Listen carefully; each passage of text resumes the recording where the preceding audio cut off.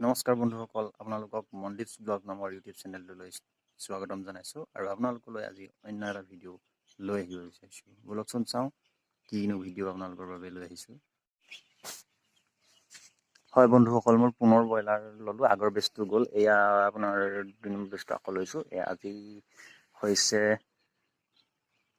4 দিনমান হৈছে। আপোনালোকক ইয়াত মোৰ বৰ্ডিংটো দেখাই আছোঁ। এই বৰ্ডিংটো এনেধৰণে ৰাখিছোঁ, চাৰিওফালে এনেকৈ থৈছোঁ।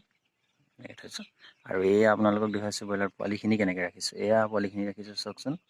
বৰ্তমান এতিয়া 4:30 হৈছে। মই এয়া আপোনালোকৰ বাবে এটা ভিডিঅ' এটা প্ৰস্তুত কৰি লৈছোঁ। এয়া এনেদৰে ৰাখিছোঁ। মই ব্ৰইলাৰখিনি এনেধৰণে ৰখি আছোঁ। প্ৰতিনিশা আগনিশা অলপ শুইছোঁ আৰু প্ৰতিনিশা এনেকৈ ৰাখিছোঁ। মই গেছ বৰ্ডাৰ ব্যৱহাৰ কৰিছোঁ ঠাণ্ডাৰ কাৰণে, যিহেতু ঠাণ্ডাৰ দিনত বহুত দিগদাৰ হয়। এয়া দেখিবলৈ পাইছে, এই পাইপডালেদি এনেকৈ কৰে। ধৰক এইবোৰ বৰ্ডাৰখনৰ লগত কানেকশ্যন আছে। এই বৰ্ডাৰখনত জ্বলি আছে। এখন জ্বলিছে নে আপোনালোকক দেখাই দিছোঁ মই কেনেকৈ জ্বলিছে। অলপ কমাই থোৱা আছে, মই অলপ ৰঙা ৰঙৰ আপোনালোকে দেখিবলৈ পাইছে, জ্বলি আছে। পোৱালিখিনিয়ে তাপ পাইছে ধুনীয়াকৈ, সেইখনৰ তলতে শুই আছে। জেগাটো সেইকাৰণে ৰাউণ্ডটো খালী কৰি ৰাখিছোঁ, আপোনালোকে দেখিবলৈ পাইছে। ঠাণ্ডা দিনত বহুত লোকে এনেকৈ কৰিবলৈ লৈছে আজিকালি, আৰু যিসকল লোকে নাজানে এই বস্তুটো এনেকৈ সিহঁতৰ সেইসকল লোকৰ বাবে প্ৰস্তুত কৰি দিছোঁ মই এই ভিডিঅ'টি, যাতে নতুন কোনোবাই জানিব বিচাৰে ব্ৰইলাৰনো কেনেকৈ পালন কৰা যায়, ঠাণ্ডা দিনত কেনেকুৱা ধৰণৰ হয়, কষ্ট হয়। 4 বজাত পূৰা মই হোৱা নাই বহি আছোঁ আৰু ফাৰ্মখনৰ ভিতৰত, যিহেতু ৰাতিপুৱাইছে আৰু বাহিৰত অলপ অলপ পোহৰ দেখা যেন লাগিছে আৰু মই আহিছে আৰু পোহৰ এনেকৈ ধৰণে। এই ৰাতিপুৱা টাইমটোত যদি মই সাৰে থাকোঁ, ব্ৰইলাৰখিনি নিশ্চয় জীৱিত থাকিব, মৰ্টেলিটি নহ'ব। এটাতো মৰ্টেলিটি হয়, কিন্তু অধিক মৰ্টেলিটি নহ'বৰ কাৰণে এয়া মানুহটো থাকিব লাগিব, লগতে গেছৰ ব্যৱস্থা বা তাপৰ ব্যৱস্থা কৰিব লাগিব। লগতে আপোনালোকক এটা বস্তু দেখুৱাই দিছোঁ, এই ওপৰত যে দিছোঁ এই ছেটটোৱে হৈছে CRDৰ অন্যতম কাৰণ।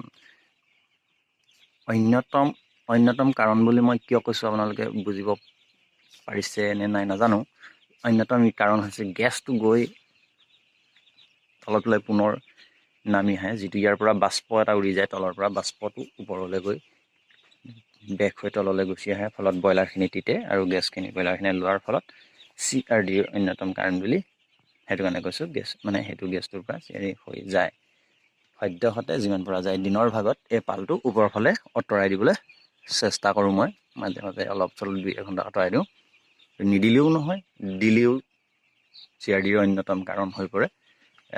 কোনোফালে উপায় নাই, নিদিলেও ঠাণ্ডা পাব, ঠাণ্ডা পালে ইকলাইৰ চান্স আহে, আৰু বেছি এইখন দিয়াৰ ফলত হ'লে CRD হোৱাৰ চান্স থাকে। গতিকে উপায় নাই, দুইটাৰ ভিতৰতে গতিকে মই আপোনাৰ দিনৰ ভাগত এই পালটো মুকলি কৰি দিওঁ আৰু যিমান পৰা যায়। সেইটোকে আপোনালোকক জনালোঁ, CRDৰ অন্যতম কাৰণ এই পালখনো হ'ব পাৰে।